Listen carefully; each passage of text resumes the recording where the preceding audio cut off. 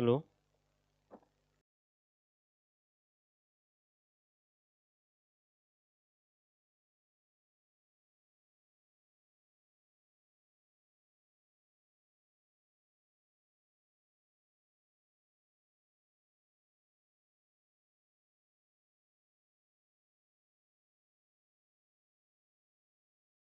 Mm. Hello. Is my voice audible to all? Please let me know in the comment section. Anyone? Am I audible? Voice clear है मेरी? सब लोग बता दो जो भी हो.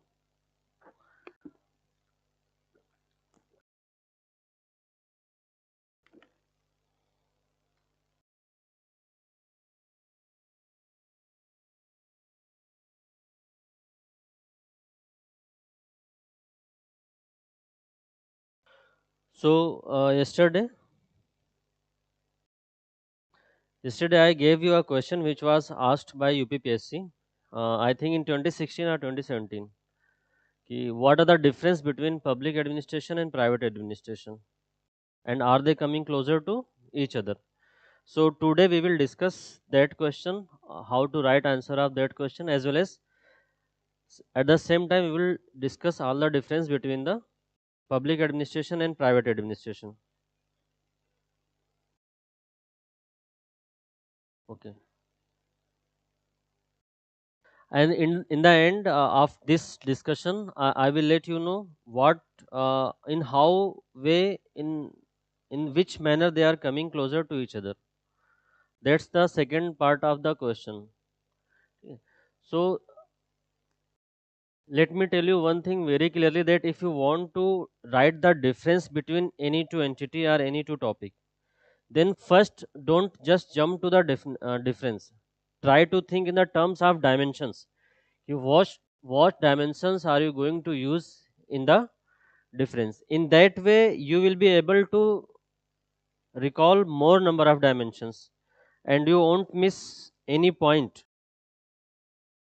So if you are going to write any difference, then please, I would like to suggest you to read and understand the dimensions through which we will be studying the differences. For example, here in this case, first dimension is the objective. See, I would like to recommend you at the same time try to make notes like this. These short notes will be very handy for you at the for the revision at the last moment. Clear?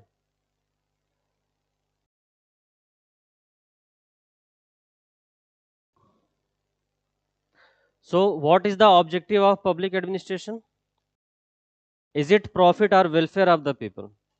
Yes, it is welfare of the people. And what is the objective of private administration? It is profit oriented. So make short notes like this. These notes will be very handy for you. You will remember me when you will revise before one day of the exam, ki how important these short notes are for you. Clear? So see here, welfare is the main objective of public administration, and it has been the objective of public administration since ancient time.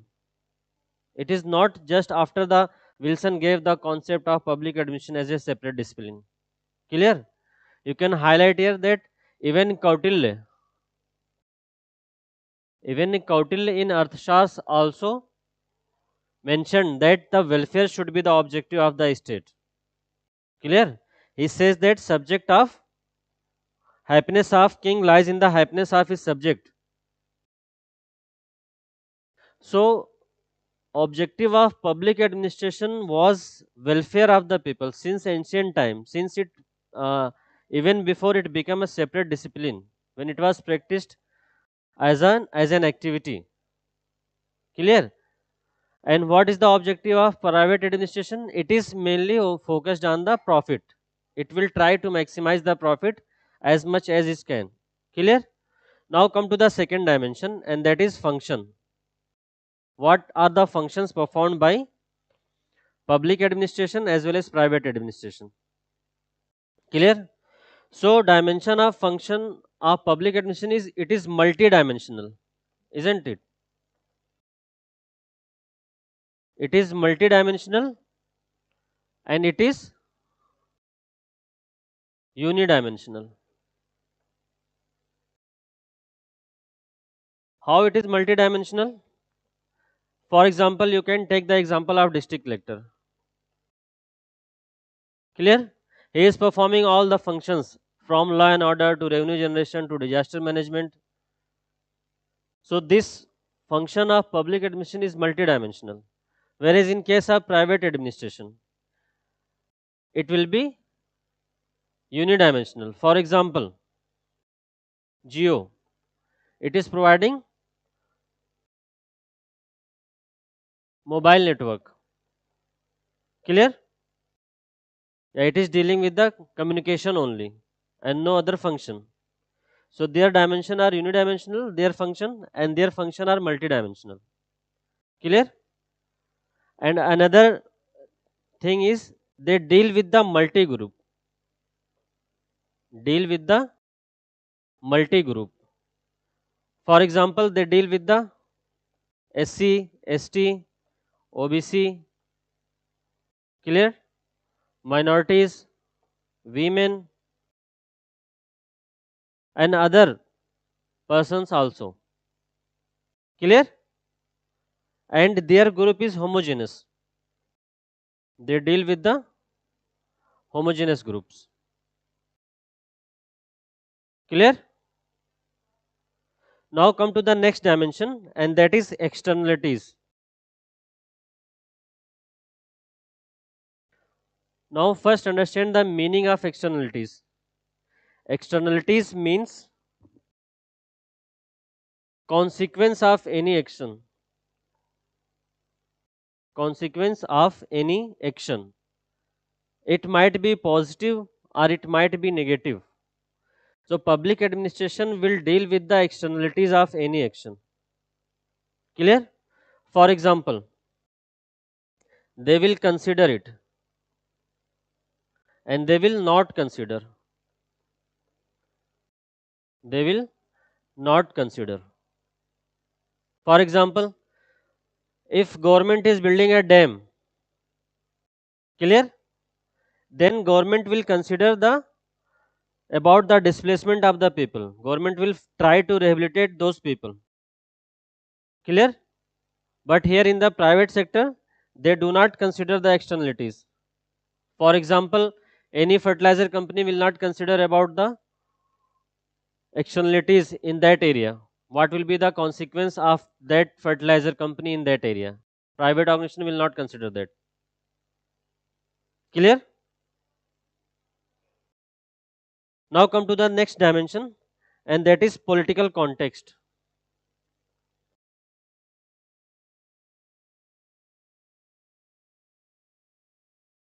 Political context. See, public administration will be under political control. Under political control. Clear? But private administration will be outside political control. Outside political control. But after the liberalization, they will be regulated. They will not be controlled, but will be regulated. Clear? There is difference between the control and regulation. Whereas public administration will be under complete control of the government. It will be under complete control of politics. Clear? Now come to the financial control. See, in case of public administration, it is external control, isn't it? For example, Parliament will pass annual financial statement for all the department and give them fund. So here financial control is external, but here financial control is internal. They are not controlled financially by any other entity. Clear? Now come to the scope. See, I have talked about scope yesterday also, and I have said that it is ever expanding.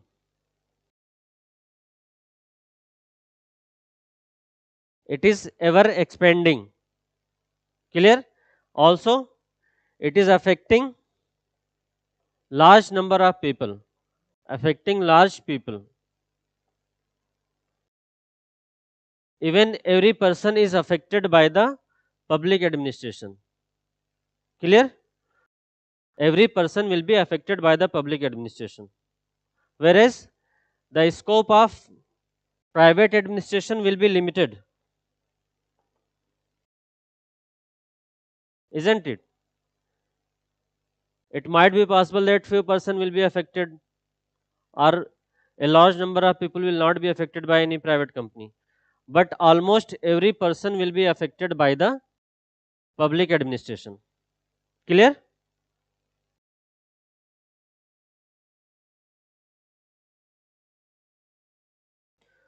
Now come to the next dimension, that is formulation of budget. Formulation of budget. See, that is a major difference between the public and private administration. Here, government will first decide about the expenditure and then try to collect revenue. Clear? For example, we always see budget deficit, fiscal deficit in the budget. What does it mean?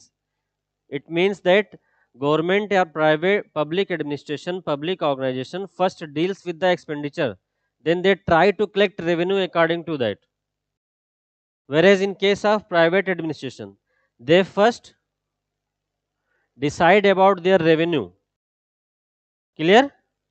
Then they go for expenditure. Is that clear? Here in public administration, organization will first decide about the expenditure, in which field or in which organization, in which department they want to do expenditure for any amount. And according to this expenditure, they will try to generate revenue. Clear? That's why they will generally increase the GST rate also, because of the revenue shortfall, because they used to decide expenditure first and then they collect revenue according to that expenditure. Clear? And here they will first decide about the revenue, and after deciding revenue they will go for the expenditure. Is that clear?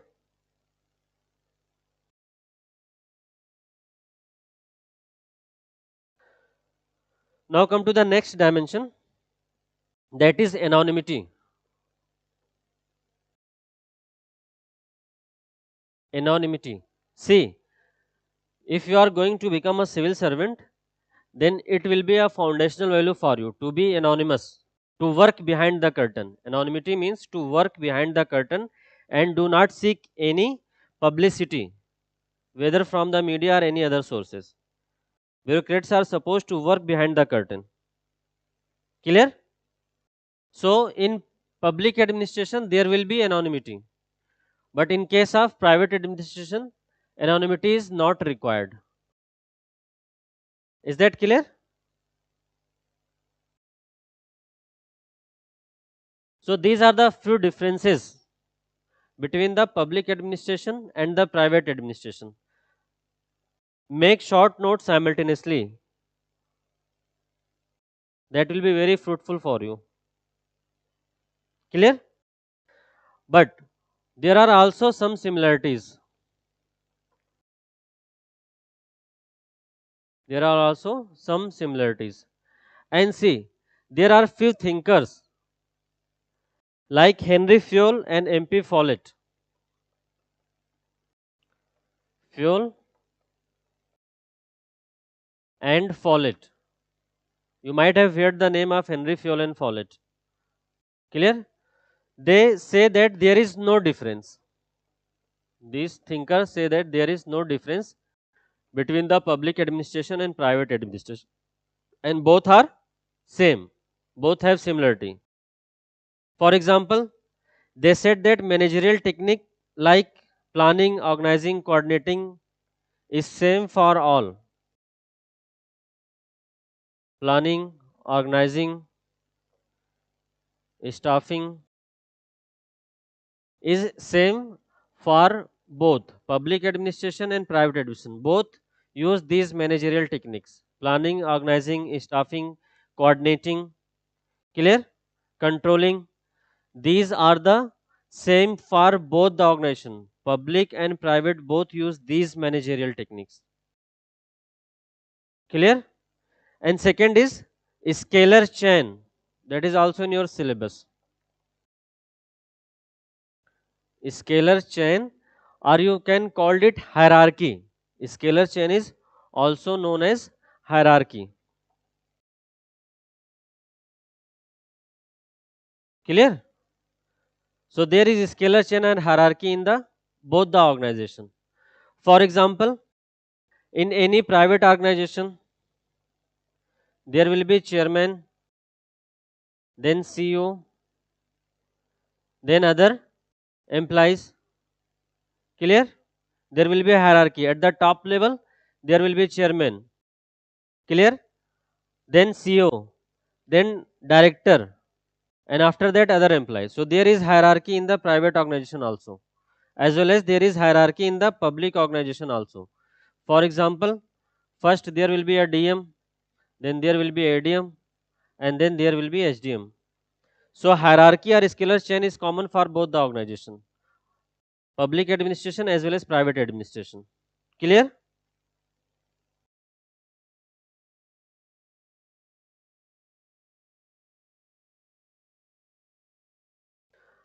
Another similarities, both have the similarities in their accounting. Accounting is similar for both the organization. Clear? Accounting, filing, stocking, accounting, filing, stocking, all these are done in the public administration as well as private administration. So this is also a similarity between the public and private administration. Clear? And another important thing is both face the problem of organization in same manner. Both are suffering from the problems of organization. Clear? Related to the personal, related to the finance.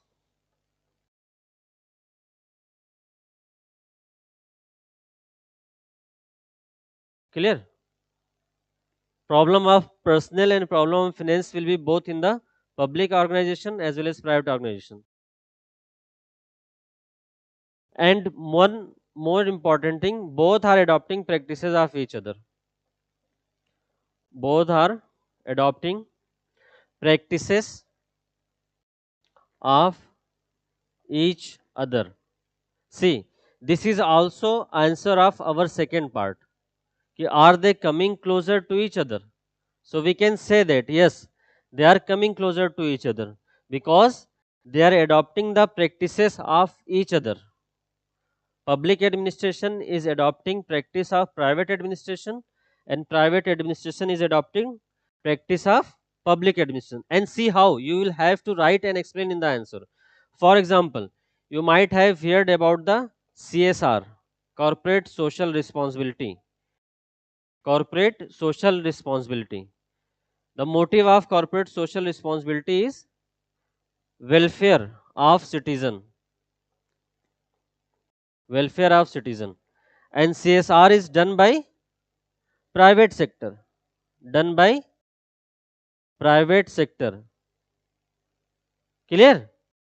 So here see, private sector is working for the welfare of the citizen. That's how they are adopting the practice of the private public administration. Because it is objective of the public administration to work for the welfare of citizen.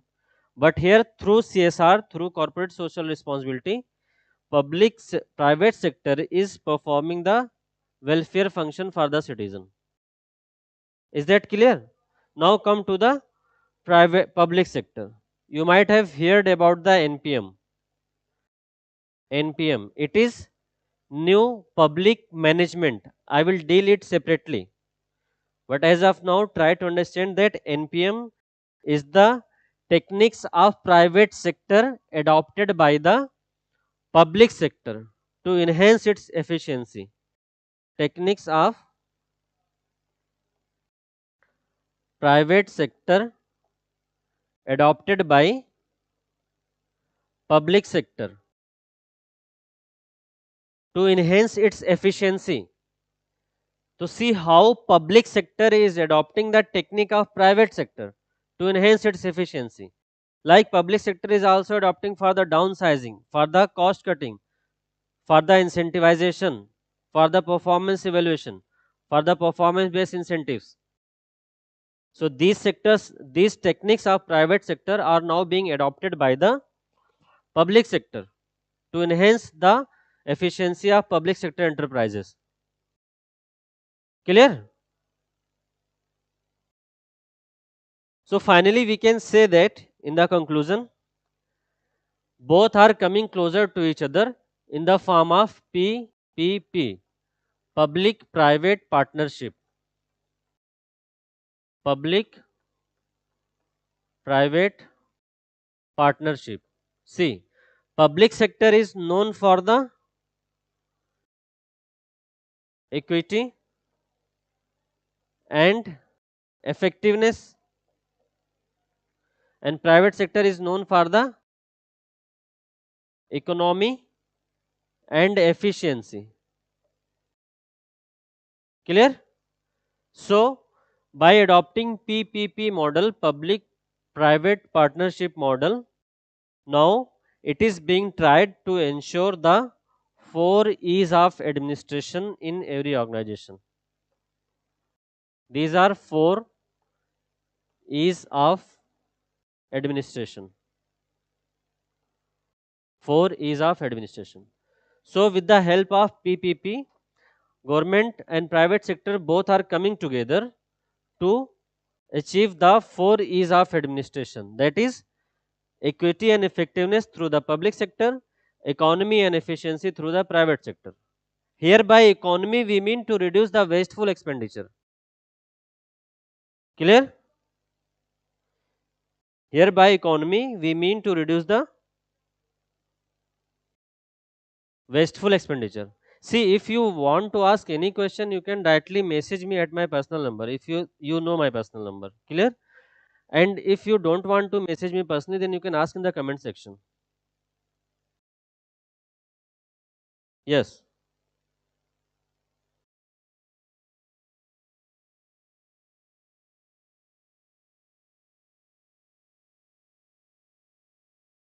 So what will you write in the conclusion of this answer? See, you can write a very beautiful statement and say that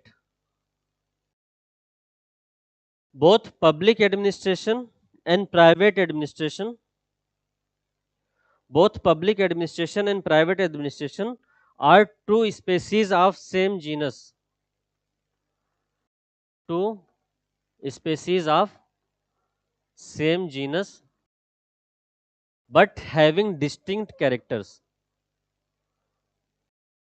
But having distinct character. There are two species of same genus but having distinct characters. See, this can be asked as a question also. Clear? And you have to write these things again. If they will ask that public administration and private administration, write down it in a question form also. Clear? They can ask you if public administration and private administration are species of same genus but having distinct character. Explain. This can be a question. Now they are moving towards some analytical part, especially in paper 1. So what does it mean? They are asking you the differences as well as similarity both between the public administration and private administration. And if they will asking you the that question, then you can use this line as your conclusion. Clear?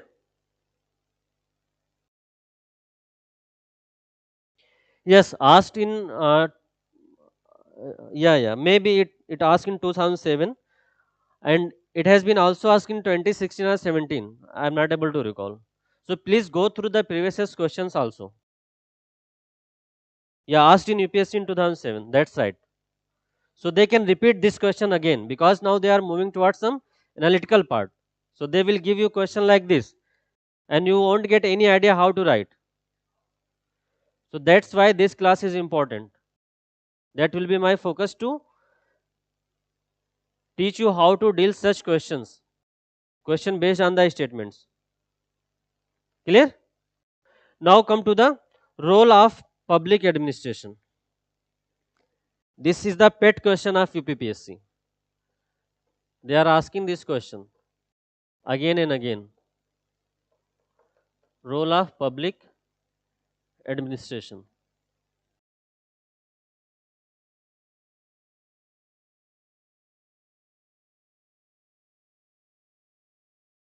See, you can start the answer of this question by the introduction also. Okay? You can say that role of public administration is from birth to death. Is from birth to death. Clear? Or they can ask you a question. Public administration has its role from birth to death. Explain. ऐसे करके भी they will ask you question. They can ask you. Clear? And if you are not asking in this way, then they can you can introduce this line. The role of public administration is from birth to death. Okay? And it is ever expanding. Its role is increasing day by day. And then you will have to have to write about the few roles which public administration is supposed to perform. Clear? So first and most important function of public administration is to maintain law and order. Clear? To maintain law and order. For example, police administration. Through police administration, government is performing the function of maintaining law and order. Clear? Then protection of country from external aggression. Protect from external aggression. Clear? And then another important function is the revenue collection. Revenue collection with the help of office of district collector and other offices. They are also working for the revenue collection. Yes, many bureaucrats are working in the Ministry of Finance. They are working as an IRS. So what they are doing? They are collecting revenue for the expenditure of the government. So that is also a function and role of public administration. Clear? Now another important part is formulation of public policy. Formulation, implementation and review or feedback of public policy. Formulation, implementation and review or feedback of public policy is also done by the bureaucrats or done by the public administration. Clear? Next is the maintenance of large scale PSCs. Maintenance of public sector enterprises. See, bureaucrats are also maintaining the public sector enterprises in India. So this is also a function of public sector enterprises, public administration. Clear? And then they are also ensuring growth and socio-economic development. Growth and socio-economic development by implementing various schemes for the welfare and growth of the people. For example, they are implementing Mudra Bank that will be help in the economic development of the nation or the economic development of the people. Clear? Again, they are also protecting the weaker section of the society. Protecting weaker section. What do you mean by the weaker section? Weaker section means SC, ST, OBC, women, person with physical disabilities, all these people are vulnerable because they are more prone to exploitation by the people. So it is the role of public administration to protect the weaker section of the society. That's why we have SC/ST Atrocity Prevention Act, and that is implemented by the bureaucracy. For example, implementation of SC/ST Atrocities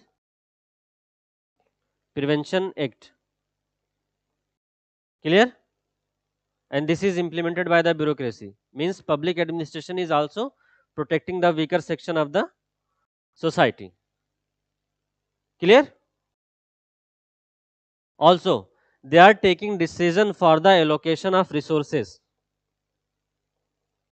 Allocation of resources. Taking decision for the allocation of resources. Clear? Also, involved in the production of goods and services. Production of goods and services. Production of goods and services. Clear? So all these functions are performed by the public administration. So these are the roles of public administration. And this is the pet question of UPPSC. They have asked it repeatedly. So at least try to write these points in your answer. These 8 to 10 points and explain it.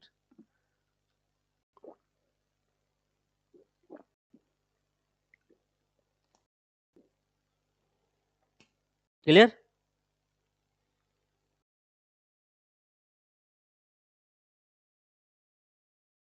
Any doubt here? So now let's move to another topic.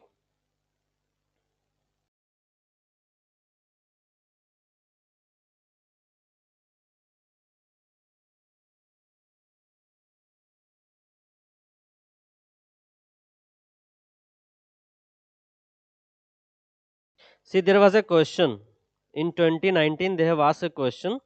Write down the question. Critically examine the role and importance of public administration in developing society.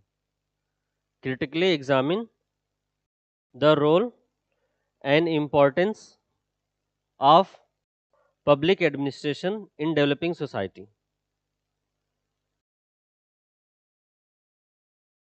Critically examine the role and importance of public administration in developing society. This was asked by the UPPSC in 2019 paper 1. So you will have to write all these points in your answer. It was a 10 marker question.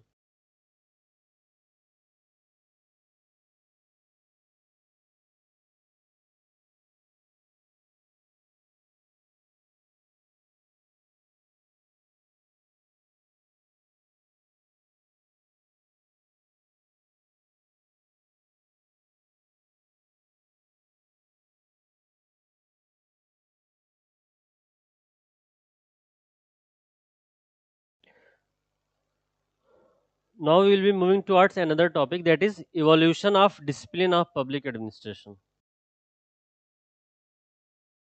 Evolution of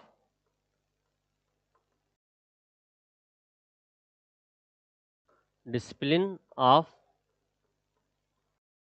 public administration. Evolution of discipline of public administration. See, this question can be asked in another format directly, that paradigms of public administration. Paradigms of public administration. Clear?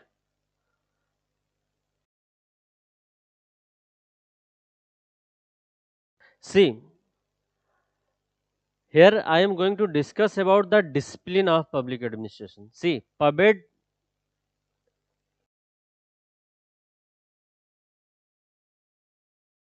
can be considered as an activity also, as well as an discipline. Discipline means academic, and activity means in practice. Clear? So PUBED can be considered both as an activity, clear, as well as a discipline. So we are going to discuss about the discipline, because PubEd as an activity or as an practice was there since ancient time, but it was as an activity. Clear? For example, you can see the activity in Harappan society also, but at that time it was only practiced. There was no academic record or no academic discipline. Clear? It was not a separate subject to study and to do research. It was only present in the form of activity in the Harappan society, also in the Mauryan era. Clear? So basically we are going to discuss about the discipline, and while discussing the discipline we will focus on two things that is very important. First is the locus and second is the focus. You will have to write these things in your answer also. How the locus and focus of PubEd is shifting. Yeah, how the evolution of discipline of PubEd happened. Yeah, what are the various paradigms of PubEd? Then you will have to write this. Okay, in the discipline, we will focus on two things. Locus means institutional where. Locus means institutional where. What does it means? It means where does PubEd lies? Where you can find public administration. So you can find public administration in the government and in bureaucracy.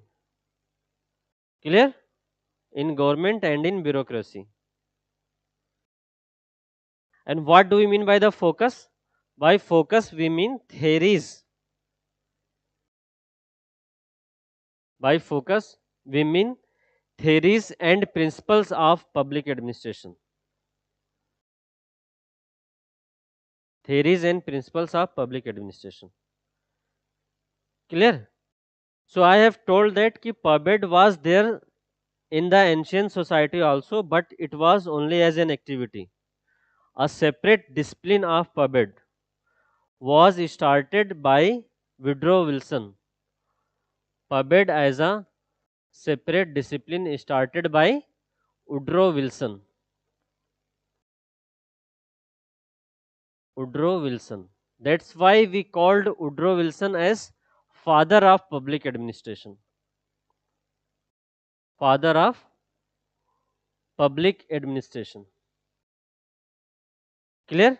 And we say that his ideas about public administration were highly seminal. Its ideas were highly seminal. Highly seminal. Highly seminal means highly original ideas. He gave the original ideas to study the PubEd as a separate discipline. That's why he is considered as the father of public administration. Though public administration was there in the ancient times, but as an activity. But it was through Woodrow Wilson's essay in 1887. In 1887, PubEd is considered as a separate discipline, and the ideas which were given by the Woodrow Wilson regarding public administration are considered as highly seminal, means highly original ideas. Clear? That's why he is called as the father of public administration.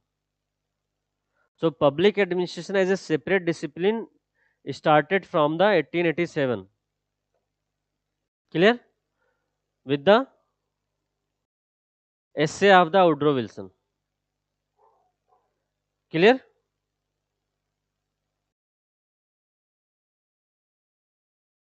Now come to the various paradigm. So first paradigm is the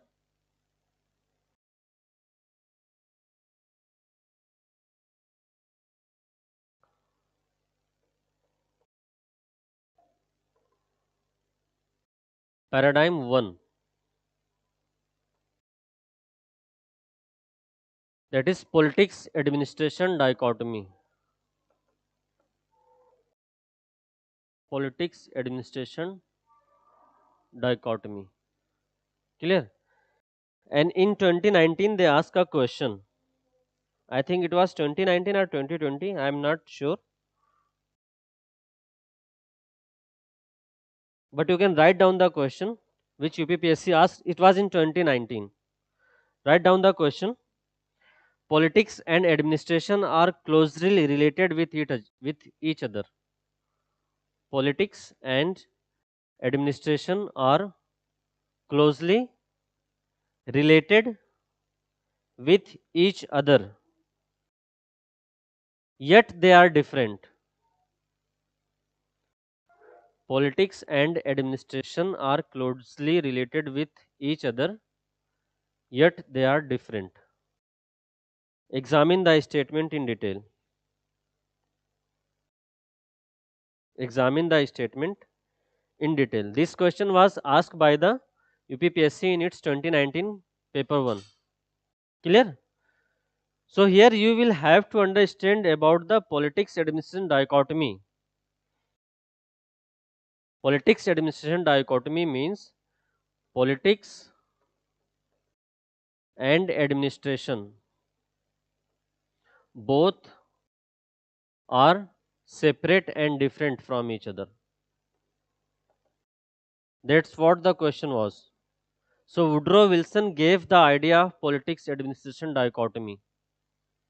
So you can write down in the paradigm 1 that the idea of politics administration dichotomy was given by the Woodrow Wilson. Clear? That's why it is also known as Wilsonian dichotomy. They may ask you about the Wilsonian dichotomy. So both are same. Wilsonian dichotomy means politics administration dichotomy. Clear? So what do we mean by this? We mean that politics and administration both are different and both are separate from each other. Main work of politics is policy formulation. Clear? And main work of administration is policy implementation. Policy implementation. So both are different and separate from each other. Politics is to deal with the policy formulation. Clear? And administration has to do with the execution or implementation of those policies. That's why he called both are a separate discipline. So he emphasized basically on the separation of power. Separation of power. It is the function of legislature and it is the function of executive. So he was basically trying for the separation of power between the legislature and executive. Clear? And there was another thinker at that time who was also very important, but usually student forget his name to write in this dichotomy. And his name was Frank Goodnow. Frank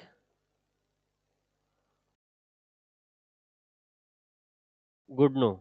Please write this name in your notes and do write while you are writing the politics administration dichotomy, because Wilsonian dichotomy or Wilson's name is on the tip of every person, but they forget to write the name of Frank Goodnow.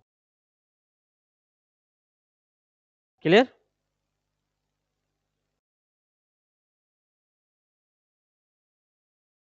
So Frank Goodnow say that there are two functions of the government. And what are two functions? Policy formulation and policy implementation. There are two different functions: policy formulation and policy administration, policy execution or policy implementation. Clear?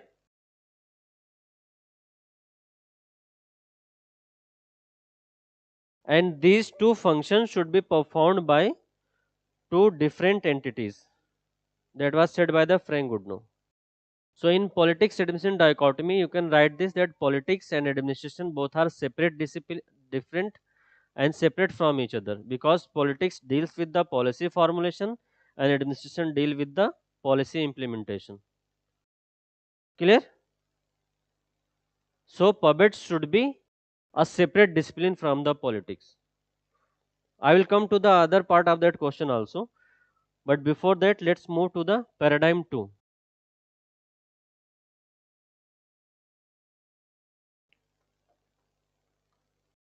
Paradigm 2. Paradigm 2 is also known as age of principles.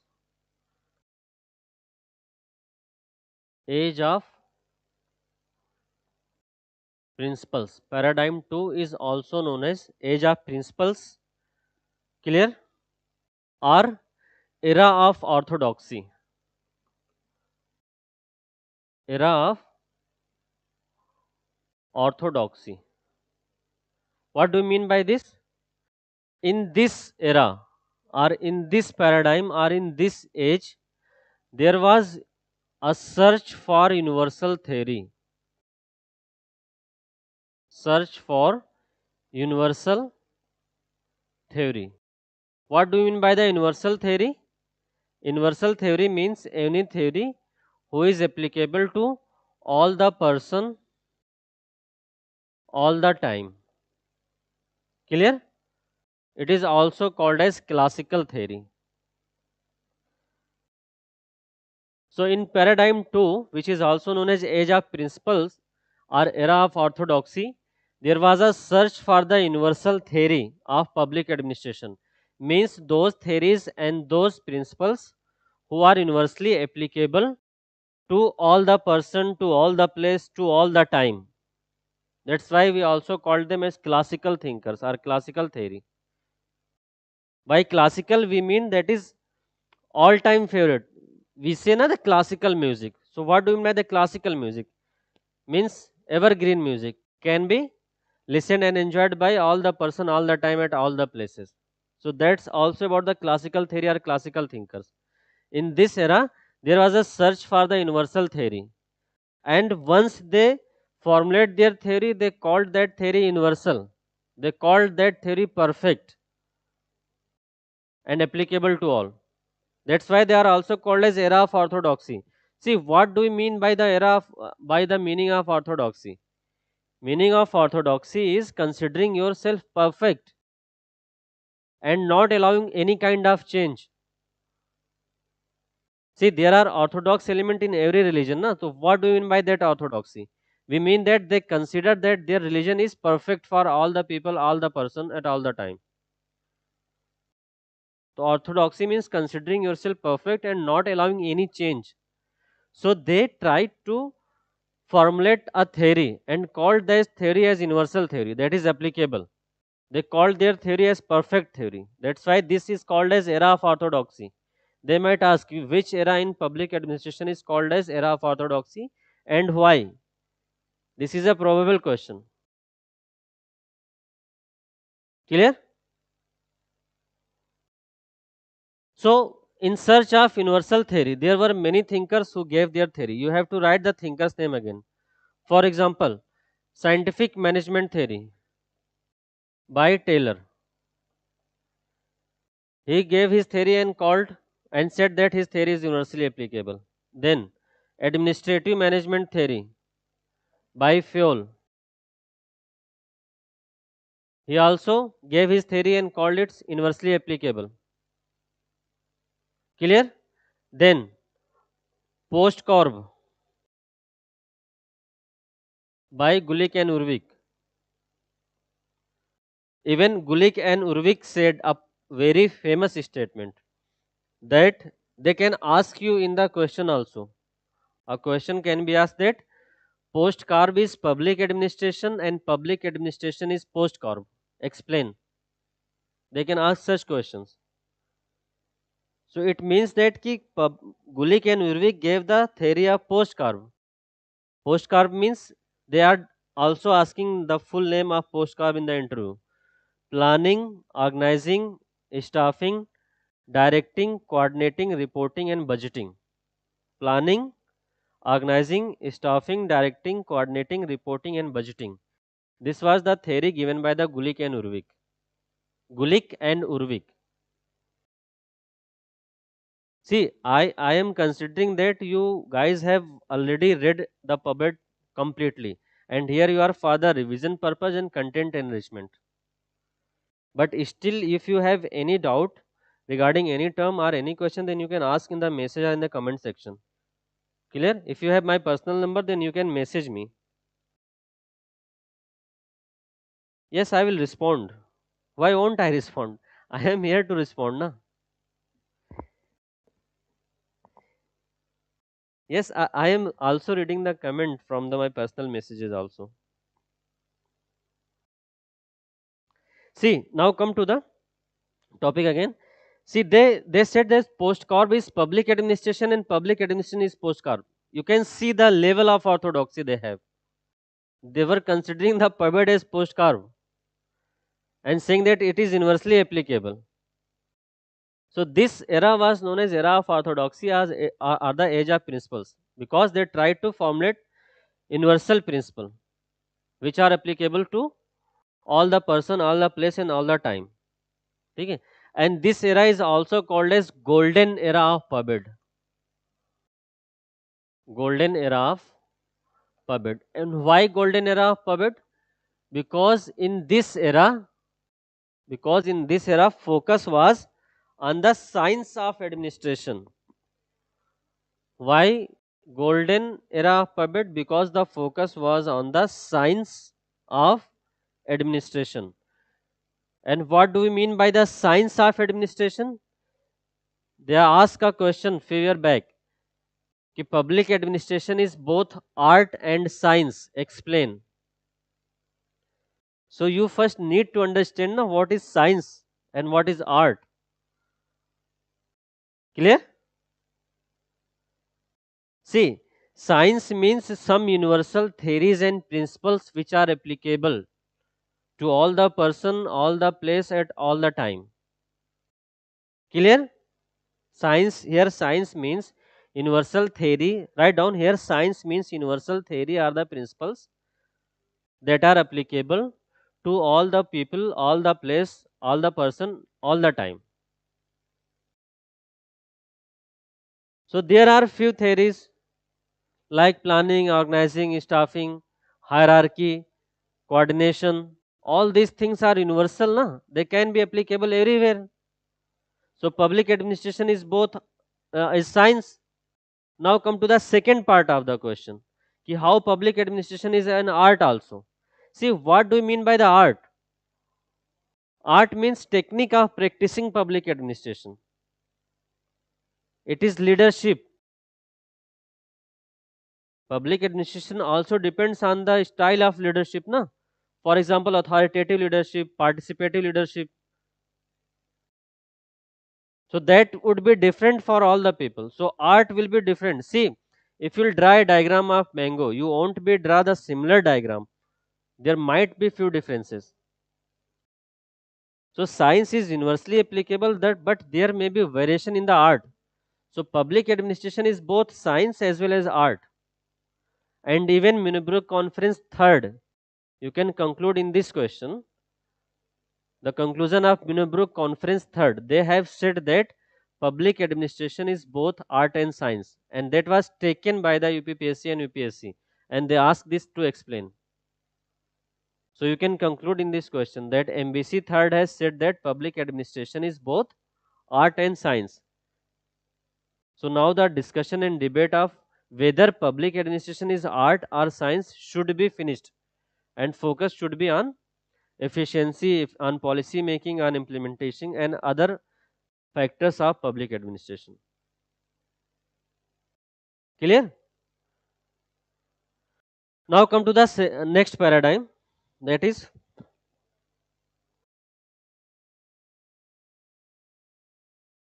paradigm third. See, the universal theory which were given by the thinkers in paradigm 2 were challenges here by the thinkers in paradigm 3. That's why it is called as the challenges to principles.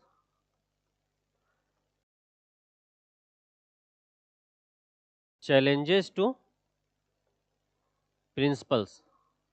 What do you mean by challenges to principles? Means those universal theory which were given in paradigm 2 Those universal theory which were given in paradigm 2 were challenged in this era, in this paradigm. And who were the challengers? See, you don't have to remember and you don't have to memorize and learn everything. Now the next paradigm is the challenges to principle. So there might be some challengers. So who are those challengers? Write the name of those challengers here. That's how you will able to learn and recall in the exam. You cannot learn and memorize everything. You will have to interlink and learn. So who are the challengers? Challengers were human relation theory. They were challenging. Clear? Human relation theory thinker were Elton Mayo.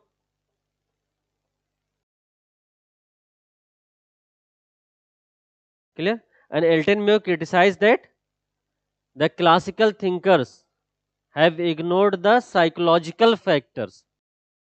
That's why their theories are not universally applicable. So human relation theory also consider about the human psychology, not about the organizational structure. And then again, behavioral thinkers. Behavioral thinkers were especially Simon and Bernard. Clear? Simon and Bernard. Yes, Simon gave the decision making theory. Good. Decision making theory. Very important theory given by the Simon. We will read about it also. Through these theory, they tried to criticize the universal principles given by the classical thinkers. And they said that, especially behavioral thinkers, they said that classical thinkers gave the theory which were not true and they were nothing more than proverb. They criticized the classical thinkers and said that theories given by the classical thinkers are nothing more than proverb. Write down this, nothing more than proverb. They criticized the classical thinkers at the theory given by the classical thinkers are nothing more than proverb. Clear? And what do you mean by the proverb here? See, proverbs are contradictory to each other, na? They contradict each other. So the theory given by the classical thinkers were also contradictory in nature. Clear? For example, you can write down the example here. For example, fuel. Fuel gave the theory of 14 principles. UPSC usually asks what are the 14 principles theory given by the Henry Fuel. So in this 14 principle theory, Fuel gave two concepts.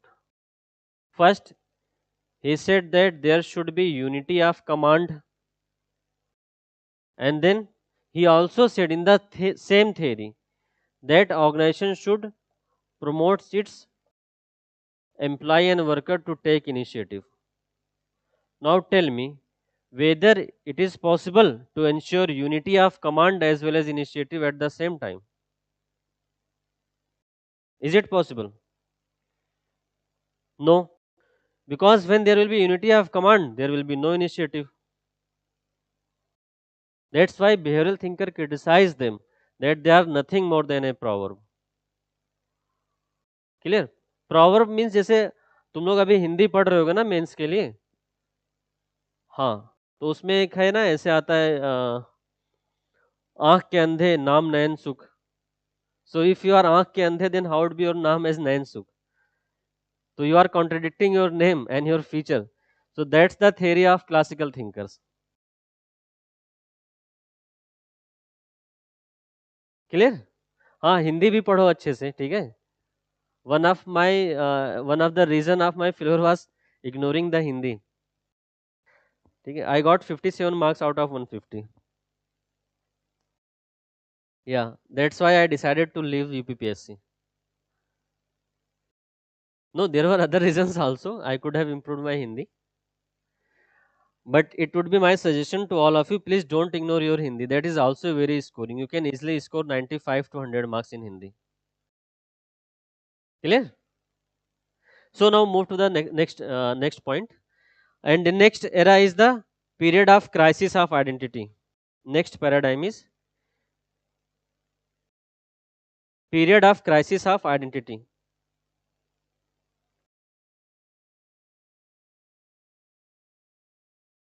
Period of crisis of identity. See, I am going to explain, don't worry. And it is paradigm 4. Paradigm 4 was period of crisis of identity. See, understand the meaning of crisis of identity. See, in the first era, Wilson has said that there should be a separate discipline to study the public administration. Clear? But in paradigm 4, when behavioral thinkers criticized the classical thinkers and said that their theories are not applicable universally, so PubEd as a separate discipline comes in a danger, and many people advocated at that time that it should return to its foster discipline, that is political science. See, PubEd has been separated from the political science. Clear?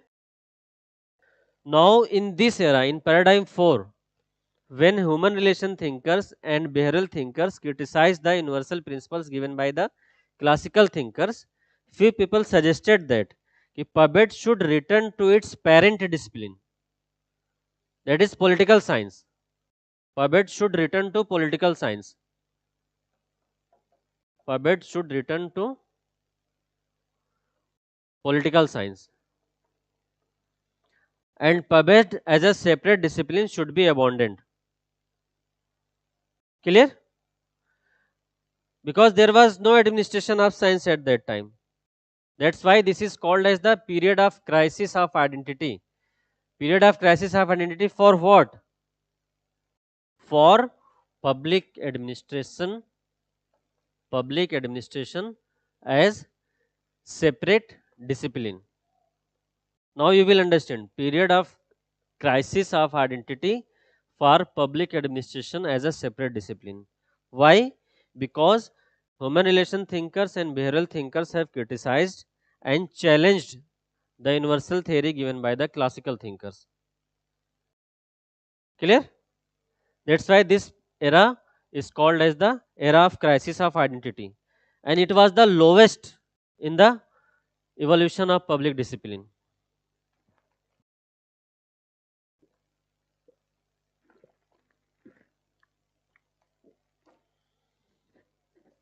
Clear? So, thinkers at that time were divided in two parts.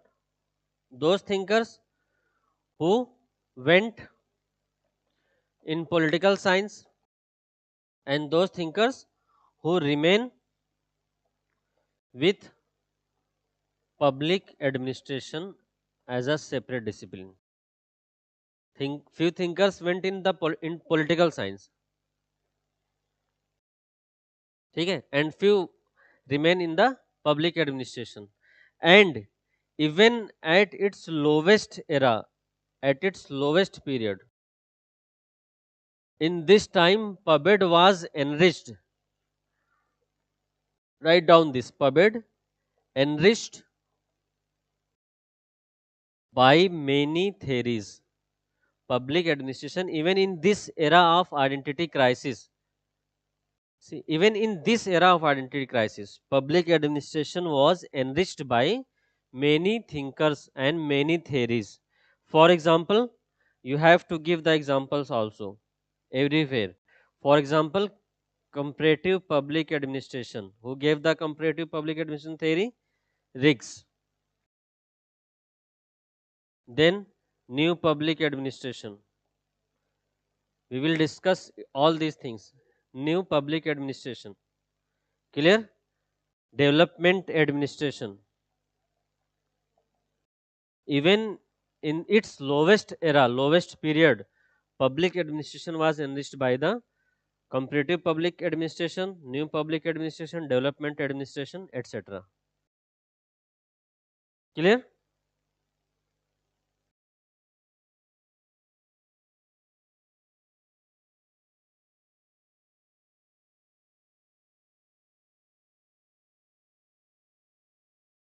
Now come to the next paradigm, and that is paradigm fifth.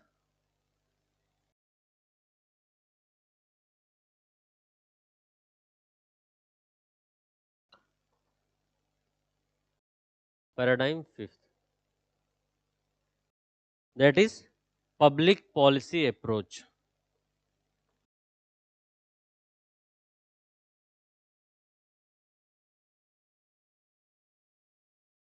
Public policy approach.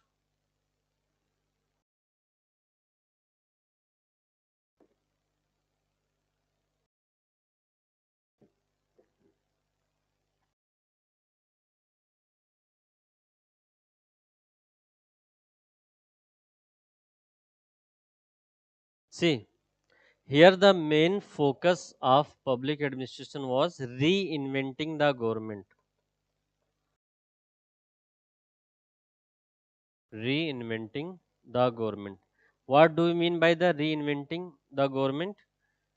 Means enhance the efficiency of government. Enhance the efficiency of the government or make entrepreneurial government. In public policy approach,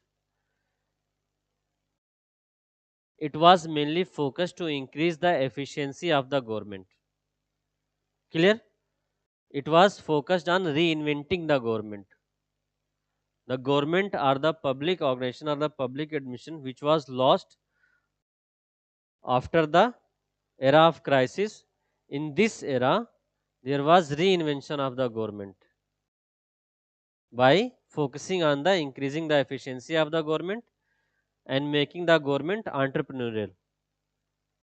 Clear? And the focus of this public policy approach was on the sustainable development also. Sustainable development. Clear? And at this time, important theories which were given were mainly new public management theory, new public management, public choice theory. See, you will have to give the examples of each theory and thinkers in every paradigm. You are writing the answer of public administration. Clear? So you must be aware. So new public management and public choice theory. And through this theory, what was the focus? Focus was on reinventing the government. Focus on the increasing the efficiency of the government. Focus was on the sustainable development. With the help of public policy, how you can do these things? With the help of public policy. Help of public policy means public policy will be formulated in such a way that it will reinvent the government, it will increase the efficiency of the government, it will focus on the sustainable development. Clear? It will give more choice to the people. That's why theories like new public management, public choice theory, and new public service also. New public service also given by the various thinkers. Clear? And public policy approach was accepted by all the thinkers, and the debate of politics administration dichotomy was abandoned after the public policy approach. You can write down this. The debate about public policy dichotomy was abandoned after the public policy approach. Clear? Because when we will approach public administration in terms of public policy, then public administration will automatically become interdisciplinary. You have to write this also. Why the public policy approach was accepted? It was accepted because after adopting the public policy approach, see, you are making public policy. So that will be automatically interdisciplinary. You will consider sociology also, you will consider economy, political science, culture, history, geography, everything will be come under the public administration. Clear? And that is the reason also why the scope of public administration is increasing. ठीक है, हम लोग जब पबेट पढ़ते थे तो लोग बोलते थे कि पबेट एक सब्जेक्ट नहीं है, वो सारे सब्जेक्ट से थोड़ा थोड़ा लेके बनाया गया है. Clear? So after the public policy approach, public administration has become interdisciplinary, and that's why it has been accepted. Clear?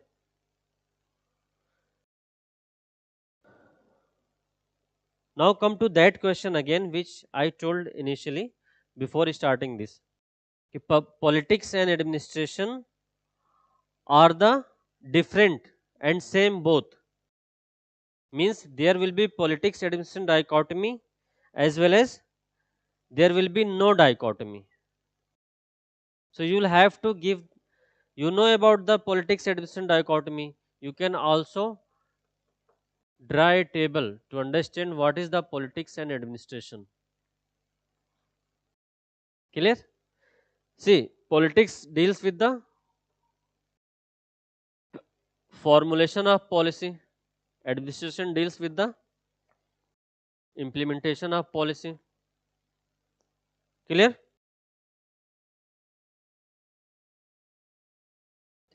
In politics, politicians are elected. In administration, administrators are recruited. Clear? In politics, no qualification is required. कोई भी बन सकता है ना politician, specially युवा नेता. ठीक है? And here certain qualification are required. Certain qualification. At least you must be a graduate, isn't it? You must be a graduate to appear for the civil services exam. But there is no qualification for the politicians. Clear? And they are transient in nature. Transient means आज हैं कल नहीं रहेंगे, temporary. And administration they are intransient, means they are permanent.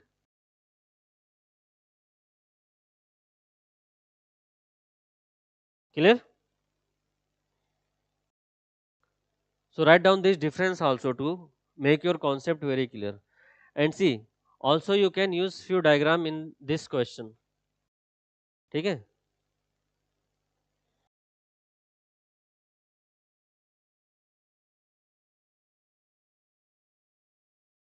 Politics administration.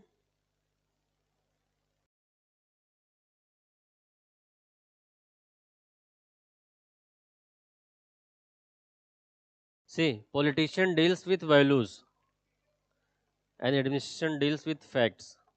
Also, that is also important. Politician deals with the values and administration deals with the fact. Clear? So, according to few thinkers, there is fusion.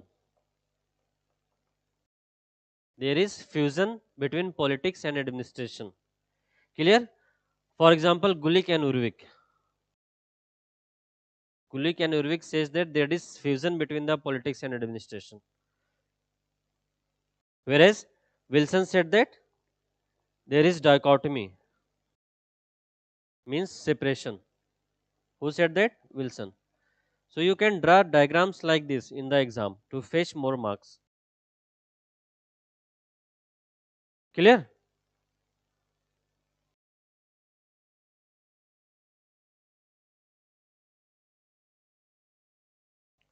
Now I am going to give you few examples to use in that question. See, where there is no politics administration dichotomy. For example, Niti Ayog.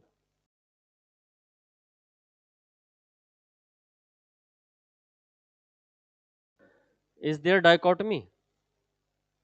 Here both administrator, bureaucrats and politicians are working together. So politics administration dichotomy rejected here in this case of Niti Ayog. Another example is delegated legislation. Delegated legislation, isn't it? Huh? Here, a superior authority is delegated his law making power to their subordinate. Means legislature are delegating their authority to make law to the executive, that is bureaucrats. So again there is no separation. See, you will have to think about it. These are topics in your paper too, isn't it?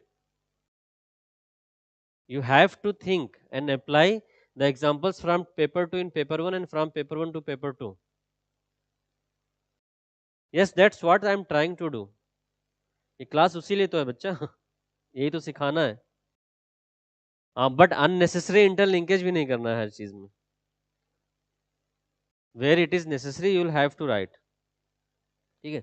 Another example is the Panchayati Raj institutions and urban local bodies. This is also in your syllabus. Here again politics system dichotomy is failed. You might have seen that in Panchayati Raj institution or in urban local bodies. In municipal corporation, there will be a mayor and there will be an IS officer. अभी तुम लोग exam दोगे तो उसमें एक post आती है assistant municipal commissioner की. तो ब्यूरोक्रेट्स और फिर तुम्हारा एक मेयर होगा, उसके अंडर में काम करोगे. IS officer, both are working together. There is no separation. Clear?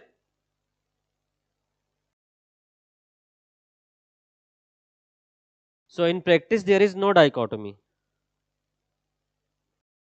But dichotomy is there in theory. And dichotomy is also there to see why we need public administration dichotomy. That is also important. Dichotomy is important for the impartial and non-partisan administration. Clear? Impartial and non-partisan administration. Clear? To ensure merit-based recruitment. To ensure merit-based recruitment. Clear? To ensure efficiency. To ensure efficiency. That's why dichotomy is also important.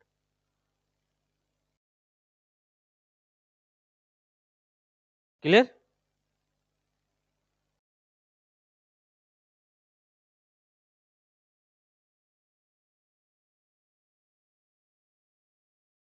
If you want to ask any question, then you can ask.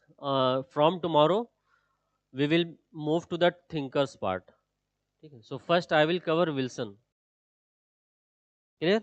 And after Wilson, we will also study about the NPA and NPM simultaneously. And after finishing these three topics, I will move to Taylor. And then fuel. That will be our lecture plan. Tomorrow we will study about the Wilson, and I will also try to enhance the timing of your class. Okay. Then NPA, NPM, then Taylor, fuel, and after fuel, we will move to Elton Mayo. See, thinker part is very difficult to answer. Even paper 1 is difficult. Paper 2 will be easy. ज़्यादा time taking नहीं है. In paper 2, I'll be only giving you few facts and data and few interlinkage which is from paper 1. I'm taking time because of the importance of thinkers. And once you will finish the thinkers, everything will be finished automatically. फिर वो एक एक lecture में सब खत्म हो जाएगा और संडे वाले दिन एक्स्ट्रा क्लास कर लेंगे हम लोग. Clear? Yes, if you want to ask any question, then you can ask.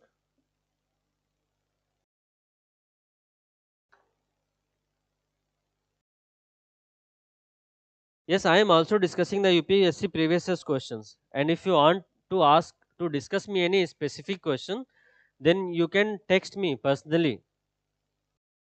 If you want to discuss me any specific questions, see, I have told you about our lecture plan. I will be moving like this. So if you want to ask any question regarding these thinkers, okay, are these theories, so you can text me कि sir to I want to have a discussion on this topic or in on this question. Clear? Any other question?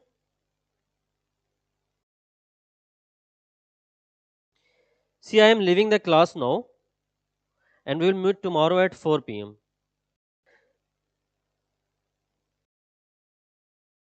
Yes. No, I will share only 3 or 4, maximum 3 or 4 classes for all the people. After that, I will make a group for only those students who have paid fees to us. यार free में तो नहीं पढ़ा सकते ना. You have to pay. If you have any genuine reason, then you can ask us. We will consider.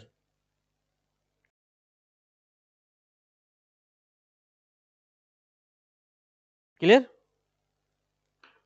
Genuine reason है तो मैं फीस वैसे भी कम कर दूंगा, उसमें कोई बोलने वाली बात नहीं है. ठीक है. I am not here only for earning. मेरा फुल बैच भी चलता है फुल लेंथ, तो अर्निंग वहां से भी हो जाती है. I am here to help you to maximize and to enrich your content to enhance at least 15 to 20 marks in your actual exam. See, मैं ये assume करके चल रहा हूँ कि 220 प्लस आ ही जाएंगे. What my target is to enhance it to 250 plus 260. और अगर स्केलिंग वगैरह अच्छे से किया तो 270 भी आ सकते हैं. Yes, in UPPSC. In UPSC there is no problem of scaling as of now. They are giving good marks. 300 के आसपास मार्क्स दे रहे हैं. ठीक है. तो this will be our lecture in coming days. So see you tomorrow at 4 p.m.